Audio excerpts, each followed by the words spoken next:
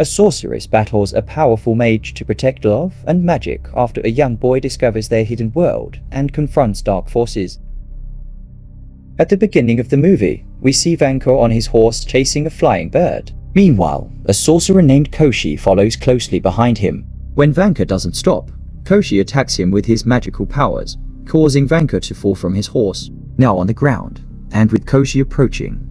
Vanka unsheathes his sword and confronts Koshi, accusing him of having transformed his wife into a frog and swearing not to let him live. At that moment, the bird in the air drops an egg near Vanka, who breaks it and finds a pin inside. Seeing this, Koshi demands that he hand over the pin, promising to fulfill any wish in exchange. But Vanka breaks it. As he does, Koshi screams in pain. In the next scene in the city of Moscow, a grandmother recounts this episode to her grandson Shawn, who comments that it just seems like a tale. The grandmother replies that although many consider it just a story, there are those who believe in its truth. Suddenly, the grandmother feels pain in her back and sends Shawn to the pharmacy to bring her medicine. As Shawn walks through the market, he encounters someone wearing clothes made of leaves, a rather unusual sight. The woman is stealing merchandise from a store, and Shawn captures the moment on video.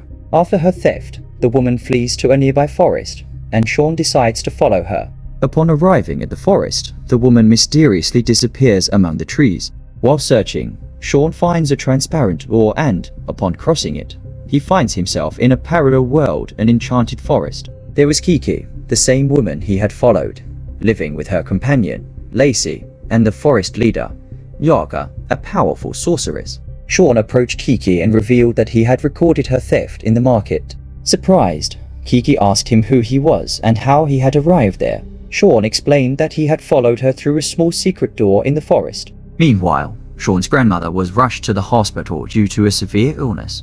In the magical forest, Yaga scolded Kiki for disobeying her orders not to go out into the outside world, which had led Shawn to their hideout. Shawn, still confused, asked who they were and why they lived in that mysterious forest. Yaga, using her magic, immobilized him on the ground and asked Kiki to show her the secret entrance through which Shawn had entered. Yaga pointed towards the door while explaining that what started as a small hole had been growing over time. At that moment, Lei arrived, dragging Shawn, warning that he was trying to escape. In an act of magic, Yaga transformed Shawn into a pig and then confessed to Kiki that her magic was weakening. That's why the protective shield she had created was being penetrated by a hole that continued to enlarge. If she didn't strengthen her power soon, the shield would collapse in a few days.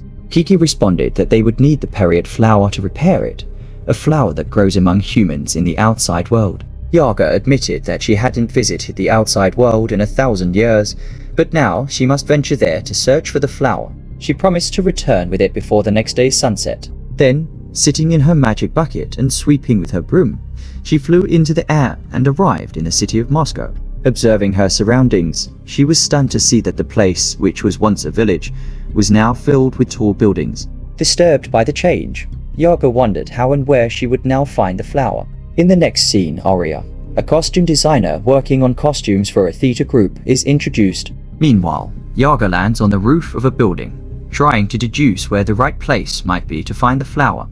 Suddenly, she notices a mysterious column of black smoke rising from a building that looks like a historical museum and decides to investigate what it conceals. At one point, as they were headed toward that building, they encountered Maria. Seeing Yaga's dress, Maria thought she must be an actress playing a witch in a theatrical play, so she decided to stop her.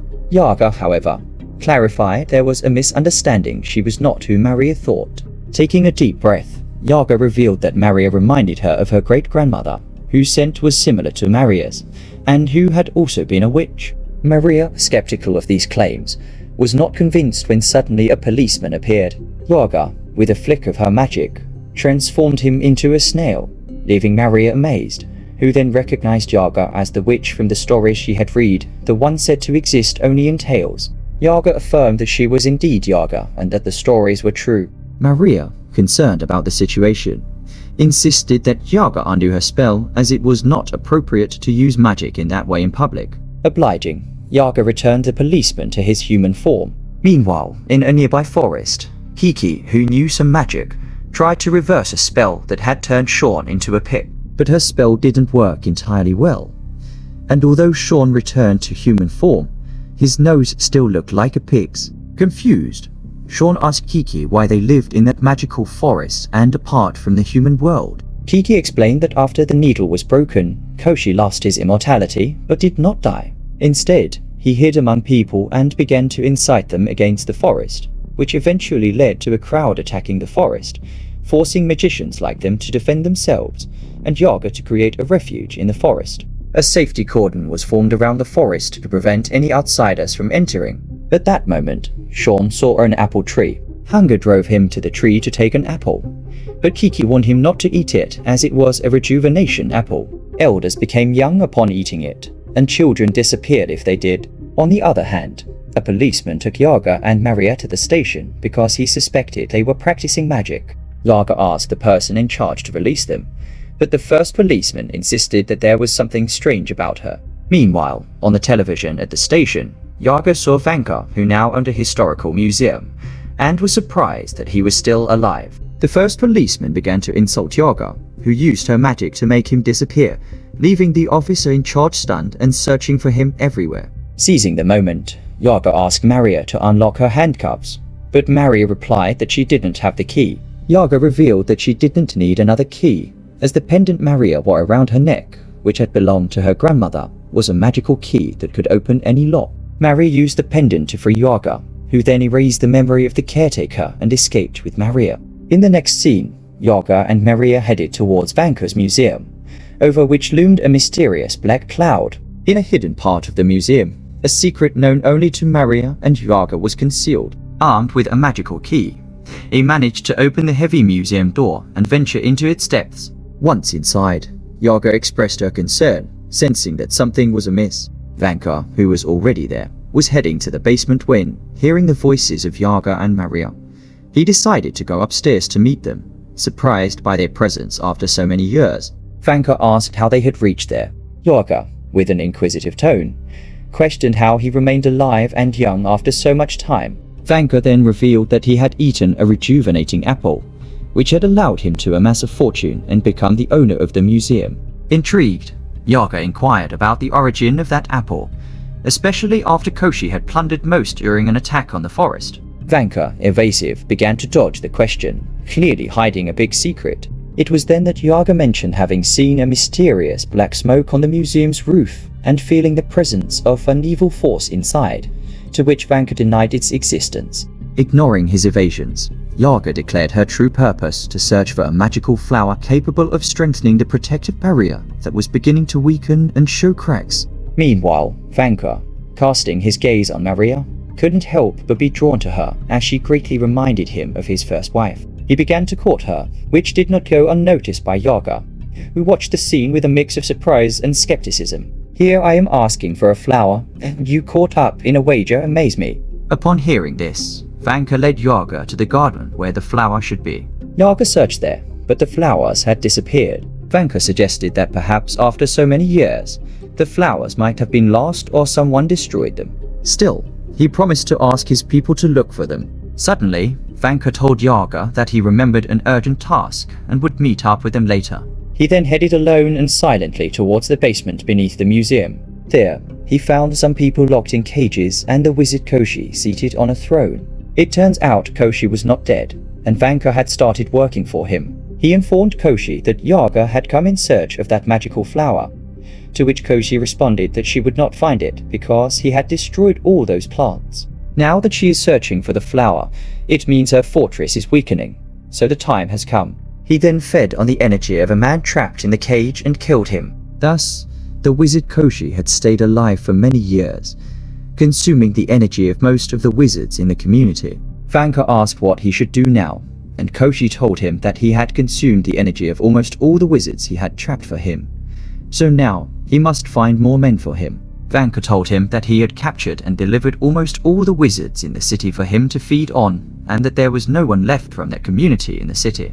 To this, Koshi responded, "Then Vanka, you must look elsewhere. Bring me Yaga, for she is the leader of these beings." Vanka replied that he would try, and Koshi promised him that if he succeeded, he would give him all the rejuvenating apples so he could live 1,000 more years. In the next scene, Maria takes Yaga to her home and offers her food. Yaga reveals to Maria that her ancestors, including her grandmother, were wizards. Suddenly, a frightened young witch appears, telling them that all the wizards of her generation have been kidnapped one by one. Now, she is the only one left in the city, and even her grandfather was captured. Hearing this, Maria offers her a place to stay. Maria, curious, asks Yaga how she became a sorceress. Yaga recounts that thousands of years ago, she was an ordinary girl who learned about Ayurveda from books brought from India and began to heal people. One day, a wizard named Koshi taught her powerful spells but warned her not to share them with anyone.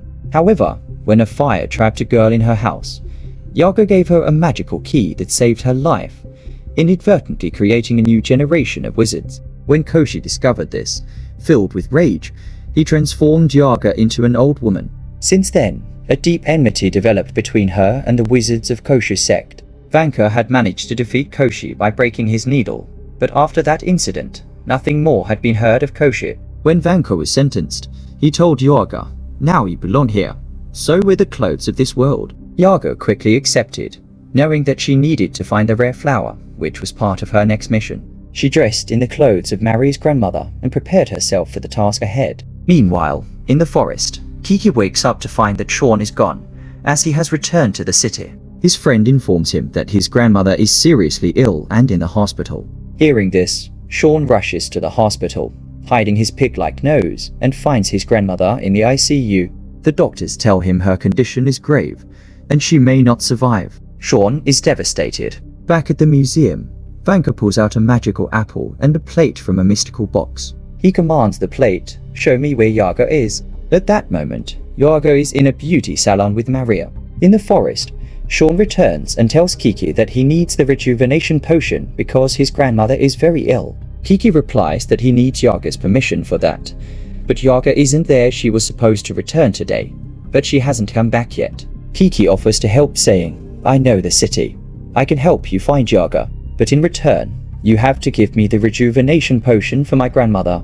Meanwhile, in the museum's basement, an elderly prisoner from the magical community trapped in a cage calls for the death penalty for Koshi. In a world where magic determines fate, Koshi, a descendant of a lineage of great magicians, faces his worst nightmare. His once immortal life had become darker than death itself. He had once educated Yaga in the magical arts, but when Yaga used that knowledge to save a human life, the secret of magic began to spread. In a twist of fate, Koshi expelled Yaga, only to be shocked when the magical community supported Yaga instead of him, forcing him into exile. Koshi, once invincible and immortal, had been betrayed by Yaga, who, under the influence of Vanka, broke the talisman that held his immortality. It was as if the life nectar that Ravana had in his navel had existed in Koshi through a dark potion in his body. Despite Yaga's betrayal, Koshi swore to reclaim his power and enslave the world under his will, turning the existence of those who supported Yaga into a torment worse than hell. As Koshi plans his revenge, an elderly prisoner warns Vanka that Yaga knows the secret of Koshi's immortality, now kept in a mysterious black cup. Meanwhile, Yaga and Maria leave the beauty salon, deceived by Vanka, who pretends to lead them on a search for a special flower, but actually directs them toward Koshi. However, as they drive away, a young woman from the magical community reveals to Maria that Vanka had made several members of her community disappear, including her own grandfather, who never returned. Astonished by the revelation, Maria realizes the depth of the betrayal and the danger they now face. Deep within the museum, Vanka leads Yaga to a secret basement. There, they encounter Koshi. Yaga, unsurprised by his presence, sarcastically remarks that she had clearly been wrong to think he had perished. Meanwhile, Maria, accompanied by the young girl, arrives at the museum's gates, with Kiki and Shawn frantically searching for Yaga. They finally decide to enter. In the gloomy basement, Yaga interrogates Koshi about how he managed to get Vanka to work for him. Koshi reveals that after the needle was broken, he lost his immortality and grew weak. Desperate, he offered Vanka a rejuvenation apple, promising him thousands of years of life in exchange for his loyalty. Since then, Vanka had remained obedient, kept alive by that same apple. Koshi confesses that he had been waiting for years for Yaga's powers to wane, and that the entire plan to bring her there had been his own. He demands the broken needle to restore his immortality, but Yaga swears that she will never allow it to happen. Upstairs, Vanka tries to stop Maria and her friends from descending into the basement, but his efforts are futile. They manage to reach the bottom just as Koshi reveals that he has destroyed all the wizards of the community, leaving only them and one elderly man alive. Hearing this, Maria asks Vanka where the girl's grandfather is being held. Vanka reluctantly discloses the location, while Koshi continues to unveil his dark secrets in the shadows of the basement. Maria hands a magical key to the young girl and Shawn, entrusting them with the mission to free her grandfather from his cage. Meanwhile, Koshi tries to tempt Maria, promising to make her his queen, an offer that greatly displeases Vanka, who harbors feelings for her. Enraged, Koshi accuses Vanka of losing his mind, proclaiming his intention to eradicate love and kindness from the world. On the other hand, Shawn successfully frees the girl's grandfather, who urgently tells him to seize Koshi's bowl of immortality, revealing that it is his weak point. At that moment, Yaga uses her magic to transform Koshi into a statue of ice, urging everyone to escape before the ice melts. Once outside, Shawn shares with Yaga and the others that he managed to retrieve the bowl. Yaga, pleased, congratulates him and sends him along with the others in a magical cube back to the forest. When the ice melts and Koshi discovers the betrayal, he rages against Vanka. In the forest, Yaga finds some flowers and begins to reconstruct the protective barrier, keeping the artifact containing Koshi's immortality safe. But just then, Vanka and an enraged Koshi burst into the forest, breaking through the barrier. Consumed by anger, Koshi flings Yaga away with a spell. When he tries to attack Maria, Vanka steps in to stop him. Koshi, furious, lifts his foe into the air, attempting to distract him. Maria reveals a bag containing Koshi's immortality, while Kiki holds up the fragments of the broken needle. As Koshi focuses on these objects, Yaga works to rebuild the protection circle. However, using his magic, Koshi snatches the needle pieces from Kiki and begins to reassemble them, hoping to restore his immortality. Yaga struggles to stop him, but her powers are fading. Maria clutches the bag of immortality tightly, preventing it from reintegrating into Koshi. In a bold move, Shawn takes the bag from Maria and throws it outside the protective circle. At that moment, Yaga seals the circle with the magical flowers, cutting off Koshi's connection to his immortality. His body is consumed by flames and reduced to ashes. Vanka, filled with remorse, thanks everyone for helping defeat Koshi and asks for their forgiveness. Shawn, noticing that the circle is now closed, wonders how they will escape. Yaga informs them that there is no longer an entrance or exit route. Ingeniously, Shawn discovers that the front half of a car is inside the circle while the rear is outside. He enters through the front and exits through the back of the trunk, then shares this trick with the others. Finally, Maria, Shawn, and Vanka bid farewell to Yaga and return to their world. Shawn prepares a rejuvenating potion for his grandmother, healing her. Maria marries Vanka, bringing the fantastic adventure to a close.